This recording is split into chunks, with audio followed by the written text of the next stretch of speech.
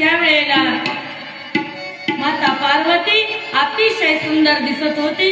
त्यावेळेला म्हणताय, जेठ हर मने नेनिजे देवी जैसे का स्वरूप तुझे, तैसे नित्य नूतन देखीजे गीता तत्व। जशी गीता माऊली ही जगाला सुंदर अमृताचा पाना पाजते, तसं तुझं रूप मला दिसत आहे जगदंबे। तू मला दर्शन दे, माझ्या जवळ ये, मला आलिंगन दे। त्यावेळेला तिने सांगितलं, नाही बाबा, माझी भिल्लाची जात आहे, मी भिल्ली नाही। तुम्हाला फुटाणे भाजून घ्यायचे का? मग हरभरे आहेत का तुमच्याकडे फुटाण्याचे? मग तुमच्या गावामध्ये भिल्ली नाली आहे, त्या भिल्लींकडे हरभरे आणा भाजायला, मी तुमचे फुटाणे भाजून देईन, बाकी मला काही सांगू नका। त्यावेळेला सांगितलं, ग भिल्लीन, एवढी सुंदर भिल्लीन आहे, एवढी सुंदर आहे की